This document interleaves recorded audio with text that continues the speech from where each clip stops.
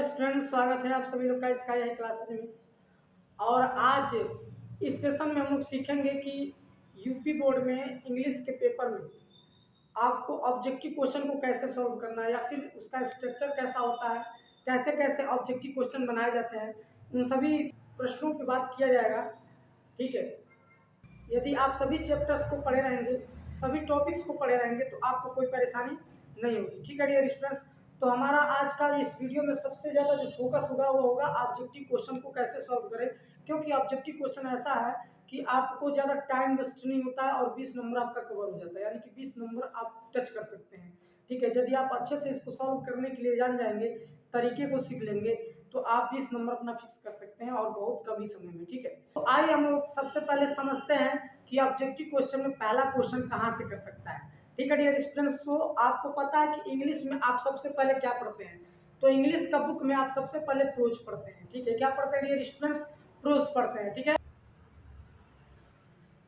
तो dear students pros में आप देखेंगे आपको एक पैसेज दिया रहेगा और उस पैसेज को लिखा रहेगा कि आपको उसको ध्यानपूर्वक पढ़ना है और उसी पैसेज में से आपको 3 प्रश्नों का उत्तर देना है। कितना डियर स्टूडेंट्स? 3, या फिर उसकी संख्या बहुत बढ़ाएगा तो 4 कर सकते हैं। ठीक है डियर स्टूडेंट्स, तो यहाँ पे आप लोगों को पहला क्वेश्चन समझाने का प्रयास करेंगे। देखिएगा लिखा हुआ है क्वेश्चन नंबर 1 to 3, यानी कि 1 से लेकर 3 तक का। Read the following passage carefully and choose the correct option to answer the questions that follow. ठीक है, कह रहा है कि नीचे दिए गए गद्यांश को आप अच्छे से पढ़िए और पढ़ने के बाद उसके अनुसार नीचे दिए गए प्रश्नों का उत्तर दीजिए। सावधानी पूर्वक पढ़ने के लिए कहा है। तो यहाँ पर मैं पैसेज पूरा लिखा तो नहीं हूँ, लेकिन आप लोग के क्वेश्चन पेपर में पूरा पैसेज बकायदे लिख कर दिया रहेगा। ठीक है, आपको उसको पढ़ना है और उसी में से आपको 3 क्वेश्चन का आंसर देना है। जैसे पहला क्वेश्चन आपका इसमें दिया था, ये 2023 का मॉडल है, सॉरी 2023 में पेपर आया हुआ है, उसमें का एक पैसेज हम लिए हुए आप लोगों को समझाने के लिए। लिखा who is the person likely to take more time to do work. वह कौन सा व्यक्ति है जो किसी कार्य को करने के लिए ज्यादा समय लेता है, यानी कि किसी कार्य को करने में उसको समय ज्यादा लगता है। ठीक है डियर स्टूडेंट, तो आपको पता है यहाँ पर दिया busy man, a man oblivious and elderly person and inexperienced person. कह रहा है एक व्यस्त आदमी क्या करना है। यहाँ पे देखेंगे कि जो व्यक्ति वृद्धा होता है, यानी कि जो व्यक्ति बूढ़ा होता है, उसको वर्क करने में समय ज्यादा लगता है। ठीक है, तो इसमें आपका ऑप्शन नंबर सी सही है। ठीक है dear students, option number C है। तो आप अपने OMR शीट पे ऑप्शन नंबर सी को ब्लैक कर देंगे। ऐसे आपका ऑप्शन नंबर सी रहेगा, उसको आप लोग ब्लैक कर देंगे सी के नीचे वाला, सी के नीचे वाला या सी के सामने वाला।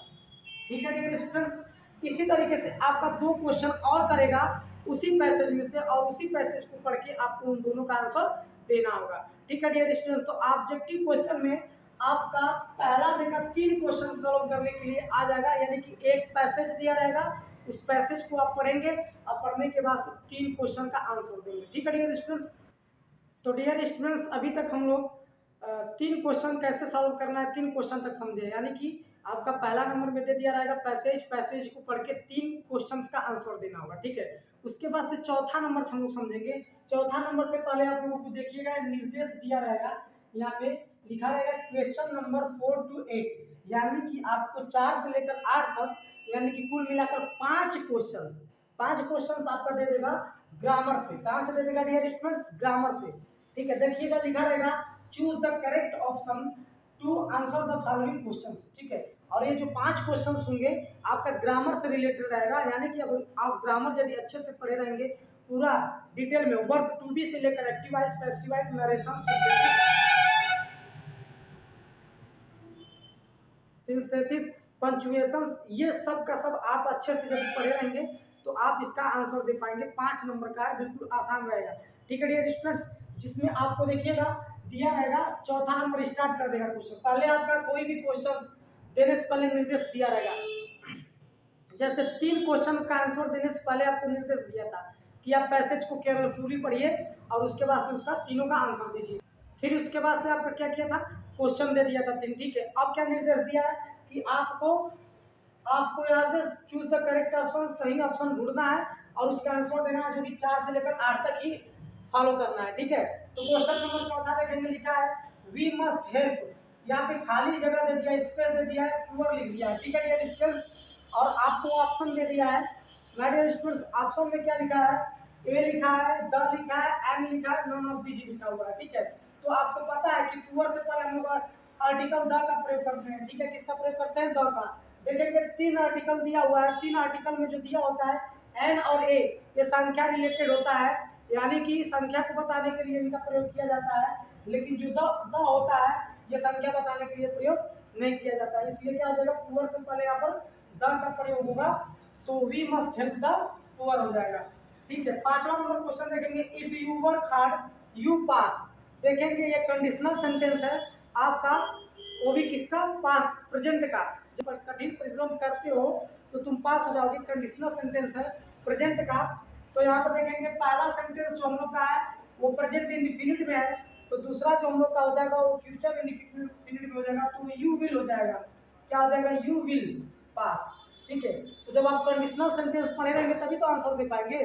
ठीक है, नेक्स्ट देखते हैं, ये आपका दिया रहेगा, rearrange the following words cluster to make a meaningful sentence.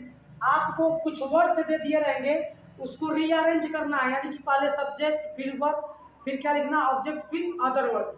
ठीक है, टेंस भी दे सकता है, सेंटेंस भी दे सकता है, और आपको वर्ब टू भी दे सकता है, आपको मॉडल्स भी दे सकता है, कोई भी आपको दे देगा। लेकिन वर्ड्स क्या करेगा, वर्ड्स जो होंगे इधर उधर करके दिया रहेगा डियर स्टूडेंट, उसको आपको रीअरेंज करना है, उसको आपको सही क्रम में लिखना है, पहले सब्जेक्ट फिर वर्ब फिर ऑब्जेक्ट फिर अदर वर्ड, ऐसे लिखना है। ठीक है डियर स्टूडेंट्स, सॉरी स्टूडेंट्स, थोड़ा सा मिस्टेक हो गया था, यहाँ पे हम द पुअर लिख दिए थे, यहाँ पर द रोड होगा।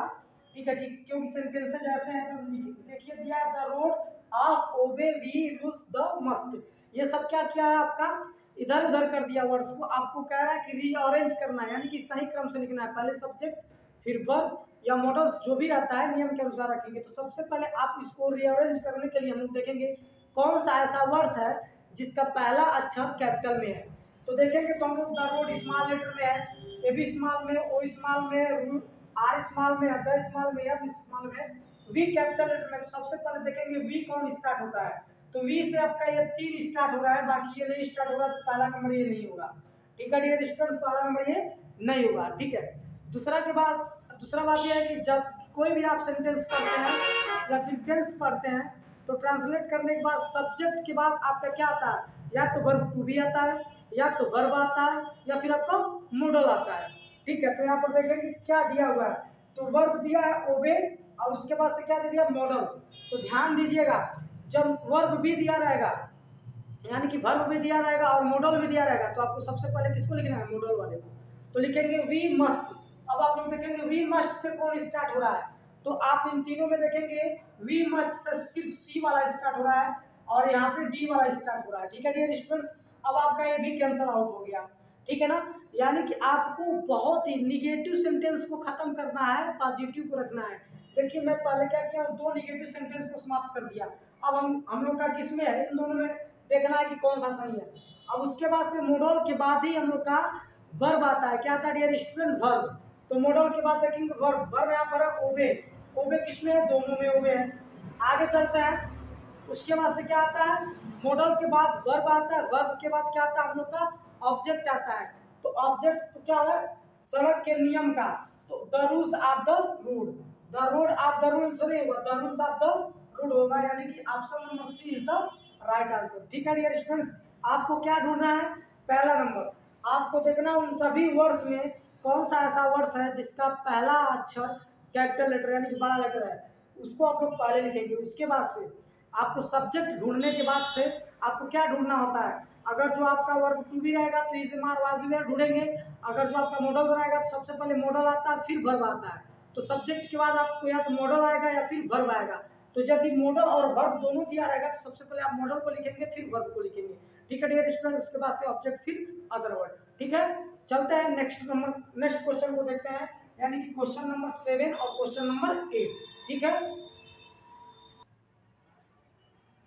तो ये हो गया question number 7 and 8। Question number 7 को हम लोग देखेंगे। क्वेश्चन नंबर 7 लिखा है he bought a beautiful dress, identify the word beautiful. ठीक है डियर स्टूडेंट्स, क्या कह रहा है कि उसने एक सुंदर ड्रेस खरीदा, ठीक है, पहनावा खरीदा, ड्रेस खरीदा, ठीक है। तो कह रहा है आइडेंटिफाई द वर्ड ब्यूटीफुल, कह रहा है कि आप जो शब्द ब्यूटीफुल है उसको पहचान कीजिए कि वह क्या है। तो आपको पता है ना, साइज, कलर, ठीक है, साइज, कलर होता है, हाइट होता है, ये सब किस में डिपेंड करता है? तो सबका आपका डिपेंड करता है एडजेक्टिव में। तो यहाँ पे देखेंगे जो ब्यूटीफुल है, ब्यूटीफुल मतलब क्या होता है? सुंदर, ठीक है। आपका लक्षण जो होता है, ठीक, ये सब किस में आता है? एडजेक्टिव में, विशेषण में।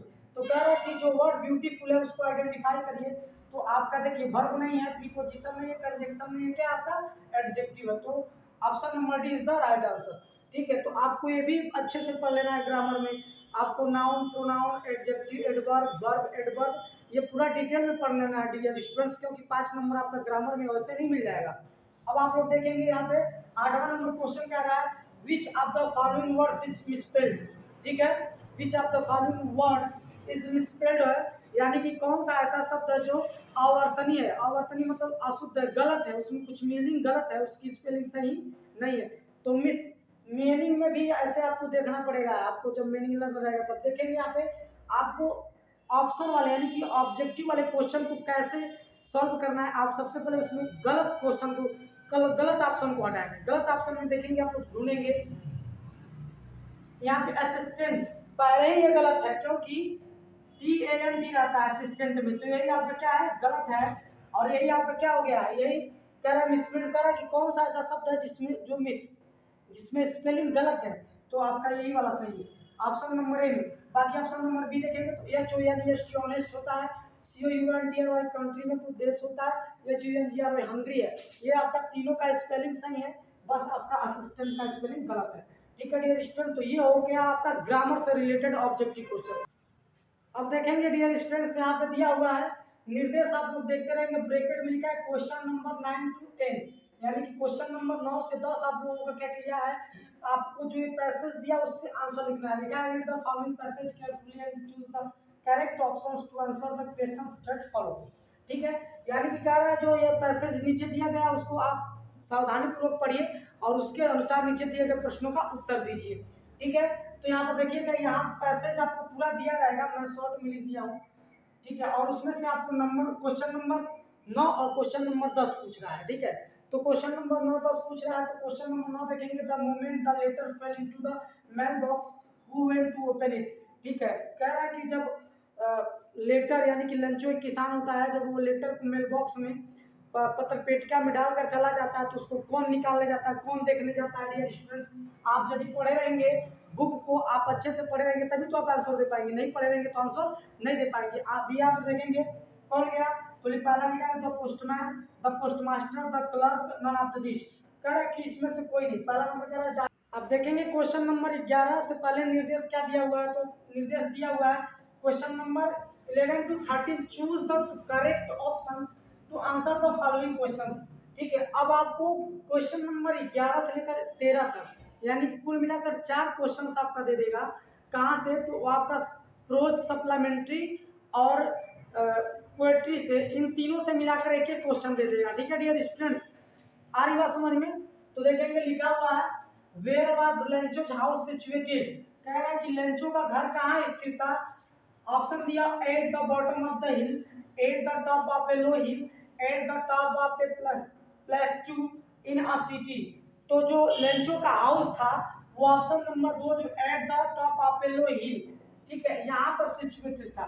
इस तरह से आपको सभी क्वेश्चंस को आंसर देना है, बट क्या है आपको निर्देश को पढ़ के कहाँ से कहाँ तक का दिया रहेगा, ठीक है डियर स्टूडेंट्स। मैं आपको पहले ही बता दूं कि आपको 3 पैसेज देगा, 3 पैसेज में से पहले वाले पैसेज में से आपको 3 क्वेश्चन देगा और नेक्स्ट 2 पैसेज जो होंगे 2 पैसेज उसमें से आपको 2-2 क्वेश्चन देगा, ठीक है।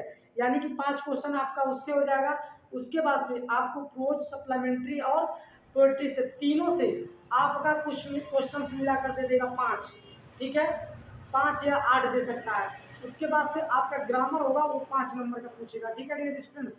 तो इस तरीके से आप ऑब्जेक्टिव क्वेश्चन को सॉल्व कर सकते हैं। वीडियो बहुत ज़्यादा बड़ा हो जाएगा और टाइम भी नहीं है।